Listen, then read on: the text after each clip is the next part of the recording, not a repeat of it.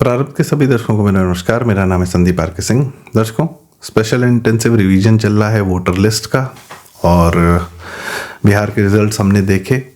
बंगाल में भी अभी फर्स्ट फेज़ में करीब 55-60 लाख वोट कटने जा रहे हैं और भी कई तरीके की वहाँ से इन्फॉर्मेशन आई है। पर सबसे ज़्यादा जो सरप्राइजिंग इन्फॉर्मेशन आ रही है वह आ रही है उत्तर प्रदेश से। करीब 2,91,00,000 वोट जो है हटने जा रहे हैं। तो ये सरप्राइजिंग इसलिए है क्योंकि अचानक से क्या इतने लोगों की यहाँ मृत्यु हो गई थी? नहीं, ये जो डेटा है वो एक उत्तर प्रदेश की एक बहुत बड़ी विभीषिका के बारे में बताता है जो इतने साल दर साल होती रही, दशकों तक होती रही कि पता नहीं चला। वह है पलायन।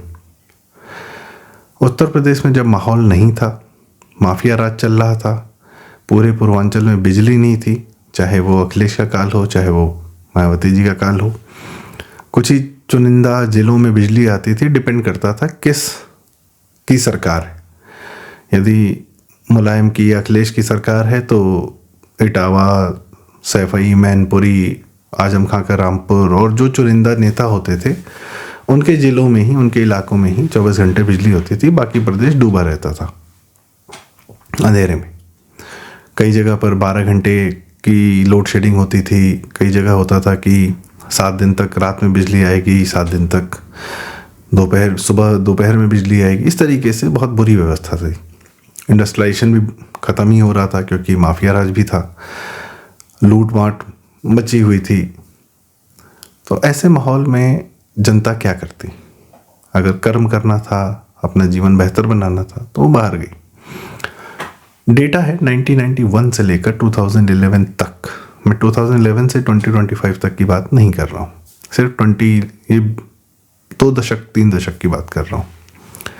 1 करोड़ से ज़्यादा लोगों का पलायन हुआ उत्तर प्रदेश से। और जब मैंने पहली बार यह डेटा देखा था कि इसमें ज़्यादा संख्या किसकी थी तो मैं भी सरप्राइज हो गया था। करीब 55 से 56% पलायन जो महिलाओं का था।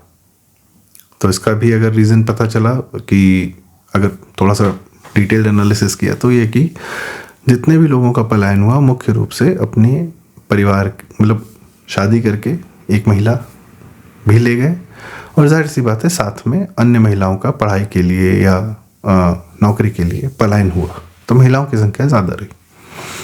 कहाँ गए लोग? देश के अलग अलग जगहों पर, महाराष्ट्र, गुजरात, MP, दिल्ली, बेंगलोर, बाहर भी गए, लेकिन हम प्राइमरीली देश में ही उत्तर प्रदेश से निकले, पलायन हुआ। कौन चाह रहा था कि ये पलायन हो?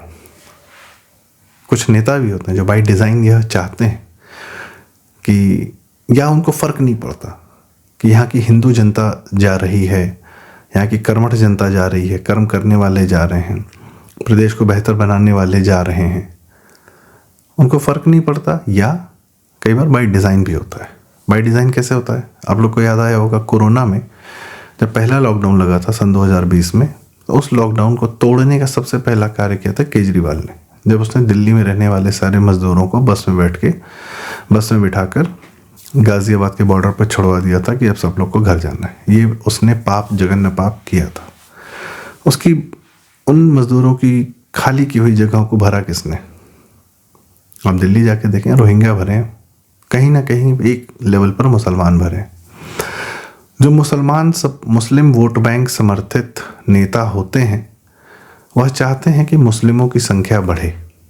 इसमें कोई बहुत रॉकेट साइंस नहीं है, वो यही चाहते हैं। तो वो मुस्लिम जनसंख्या अचानक से कैसे बढ़ेगी? कोई जगह खाली करेगा तो भी बढ़े और बाकी तो और आते रहे। नगर विकास मंत्री थे आजम खां, उनके समय में भी यूपी में काफ़ी रोहिंग्या भरे गए और जो पलायन हो रहा था वो तो हो ही रहा था। तो इस प्रकार से एक देश को, एक प्रदेश को मुसलमान बहुल बनाया जाता है बाय डिज़ाइन। और इसमें जो हमारे वंशवादी, जातिवादी, नेतागिरी करने वाले नेता होते हैं, इसमें इनका बहुत बड़ा योगदान होता है।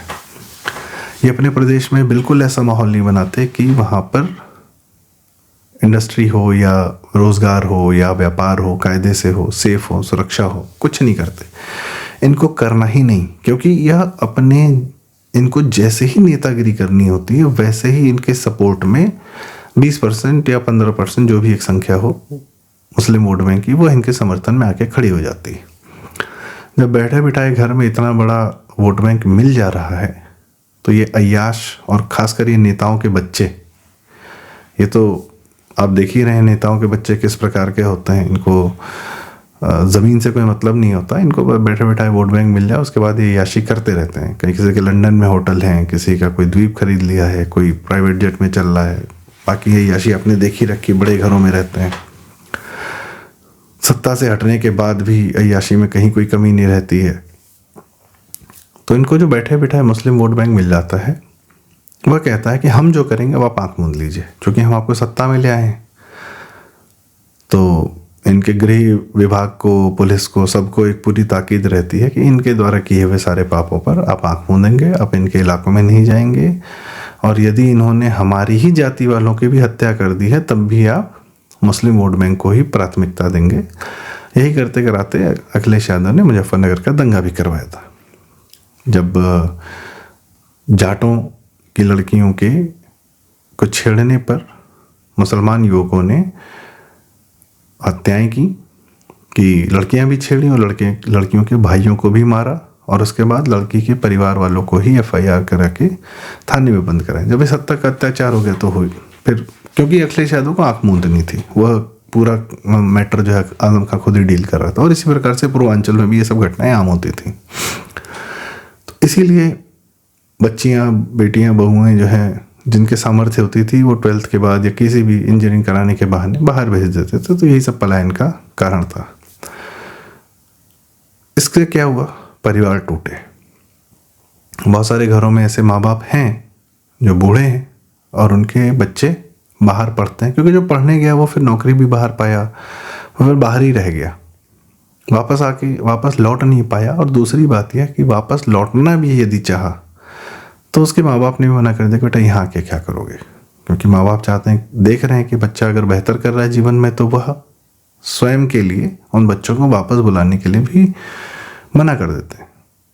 कई बार बच्चे आ जाते हैं पर मैक्सिमम टाइम नहीं आते हैं। ये हमारे समाज की एक मतलब कड़वी सच्चाई हो गई है। तो एक वोट जो हम देते हैं वो परिवारों को भी तोड़ता है, वो बूढ़े माँ बाप को उनके अंतिम दिनों में अकेले मर जाने पर मजबूर कर देता है, क्योंकि एक नेता के बच्चे को अय्याशी करनी है, क्योंकि मुस्लिम वोट बैंक को अपना जनसंख्या बढ़ाना है, ज़मीन पर फैल जाना है, और जो भी उसको पॉलिटिकली जो समझ में आता है देश में इस्लाम फैलाना है। तो ऐसा नहीं है कि सिर्फ कुछ दंगा होता है तो हिंदू जो है वहाँ से डर के मारे निकल जाता है, वो शनै शनै अपने जीवन को बेहतर बनाने के लिए भी निकल जाता है। और इसमें कहीं कोई बहुत हार्ड पावर का इस्तेमाल नहीं होता। जीवन इतना कठिन कर दिया जाता है कि आपको छोड़ना ही पड़ता है, या बेहतर जीवन की तलाश में आपको बाहर निकलना ही पड़ता है। और यह भी कई लोगों को सूट करता है। जो सरकारी अधिकारी भ्रष्टाचार करके जिन शहरों में, जिन जिलों में, जिन राजधानियों में रहते हैं, कार्य करते हैं, सरकार का कार्य करते हैं, वह भी ऐसे शहर नहीं बना पाते, ऐसी व्यवस्था नहीं बना पाते कि उनके बच्चे उन्हीं शहरों में रहने के लिए देखें, सोचें कि हाँ ठीक है हम इस शहर में रह सकते हैं। ये नहीं कि अकेले उसी सरकारी अधिकारी का पूरा जोर चल रहा है उस किसी शहर को बेहतर बनाने में, पर यदि सब लोग, कम से कम सारे सरकारी अधिकारी लोग यह सोचें कि यार हम कम से कम ऐसी व्यवस्थाएं करें या पूरा तंत्र ऐसा हो जिसमें हम कम से कम हमारे बच्चे तो उन्हीं शहरों में रह सकें या इसी प्रदेश में कम से कम रह सकें, ऐसा माहौल तो हम दे सकें, पर नहीं। वो फिर एक ऐसा तंत्र, ऐसा विशियस साइकिल हो गया है कि सब लोगों को इतना भ्रष्टाचार कर लेना है या कुछ भी कर लेना है जिससे प्रदेश तो डूब जाए, उनका अपना परिवार कहीं बाहर चैन से आराम से रह सके। और फिर होता क्या है, वो स्वयं जीवन के अंत में अकेले रह जाते हैं अपने पत्नी या के साथ, बच्चे उनके पास नहीं होते। तो ये बड़े एक समाज के साथ ये जो डेटा आया ना 2,91,00,000, इसको हम लोग बस यूं ही न लें कि ये मुस्लिम वोट बैंक ने कब्जा कर लिया है, ये कर लिया वो कर लिया। ये पिछले 20, 30, 25 साल या इवन ज़्यादा की एक कहानी है। पर इसी के साथ समाधान क्या है? आज योगी जी के माध्यम से, भाजपा के माध्यम से एक माहौल बन रहा है। पूरे प्रदेश में बिजली है, आपको इंटरनेट है, डेटा है, आपको मेडिकल इंफ्रास्ट्रक्चर बढ़ रहा है, रोड्स का इंफ्रास्ट्रक्चर बढ़ रहा है, इन्वेस्टमेंट्स आ रहे हैं। तो ये अब कम से कम फिलहाल जो शहरों के बीच की कनेक्टिविटी है, कस्बों से गाँव के से शहरों की कनेक्टिविटी है। अभी मोदी जी ने कल जी राम जी बिल लाए, तो वह कि सरकार का पैसा जो है गाँव में इंफ्रास्ट्रक्चर बनाने पर ध्यान दे, सही सदुपयोग हो, गाँव में ही रोज़गार मिले, गाँव में ही ऐसे कार्य हो जिससे आपका लाइवलीहुड, पूरी आजीविका सबकी गाँव में ही हो और तसल्ली से। और यदि उनको अपने आसपास के शहर जाना हो तो आराम से सड़क पे जा सकें, अपना जीवन यापन बेहतर तरीके से अपनी जगह पर ही कर सकें। एक पूरे प्रदेश में बिजली देने की वजह से पूर्वांचल का बहुत बड़ा पलायन लखनऊ की तरफ जाता था, वह भी रुका है। सड़कें जो बनी, एक्सप्रेसवेज जो बने, इनसे भी रुका है कि बहुत सारे शहर के लोगों को लगता है कि अच्छा ठीक है, अगर लखनऊ कोई काम भी है या कहीं बगल के शहर में काम है तो 1-2 घंटे में हम जा सकते हैं, वापस आ सकते हैं। तो पलायन करने की आवश्यकता जो पड़ रही थी वह भी काफ़ी कम हुई है। तो ये एक फ़र्क है और इस फ़र्क को हमें समझना पड़ेगा और लोगों को समझाना भी पड़ेगा कि अपने अपने जीवन को भी यदि देखे इंसान, कोई बहुत वोट देने के लिए ठीक है, समाज के प्रति आपका एक दायित्व होता है, देश के प्रति होता है, प्रदेश के प्रति होता है, पर यदि मैं कहूँ कि पूर्ण रूप से अपने जीवन को भी अगर आदमी देखे तब भी किसको वोट देना यह समझ में आ जाता है। और एक वोट देने से क्या क्या होता है, समाज में कितने बड़े बड़े परिवर्तन आते हैं, यह भी देखना आवश्यक है। बहुत सारे परिवार आपने देखे होंगे, कोरोना में बहुत सारे लोग कहाँ आए? अपने अपने गाँव में ही तो आए, अपने घरों में ही तो आए। क्यों नहीं बम्बई में रहने वाले, दिल्ली में रहने वाले लोग वहीं पर रह पाए? बहुत लोग आ गए। जब एक अनिश्चितता आई पूरे समाज में, पूरी दुनिया में, कम से कम भारत में, कि यह वायरस कब तक रहेगा पता नहीं, तो चलो गांव चलते हैं, खा लेंगे, पी लेंगे, रह लेंगे। बहुत सारे लोग हैं। आजीविका यहाँ भी नहीं थी, वहाँ भी नहीं थी जहाँ थे वो। तो ठौर कहाँ मिला, ठिकाना कहाँ मिला? अपनी ज़मीन पर मिला, अपनी भूमि पर मिला। और हम यदि अपनी भूमि को रहकर, अपनी भूमि पर रहकर उसको बेहतर नहीं बना पाएंगे तो कहीं बाहर जाके क्या ही बेहतर हो जाएंगे। तो यह बड़ा आवश्यक है कि पलायन की यह विभीषिका कम हो और इस प्रकार से चलिए वोटिंग परसेंटेज, वोटर लिस्ट, ये सब रिफाइन होता रहेगा। पर ये जो डेटा आता है ये बहुत कुछ कहता है, इसके पीछे जानने की भी आवश्यकता है। इसके पीछे ये डेटा एक सिम्टम है बीमारी का, उस बीमारी को पहचानने की आवश्यकता और उसका इलाज करने की भी आवश्यकता है।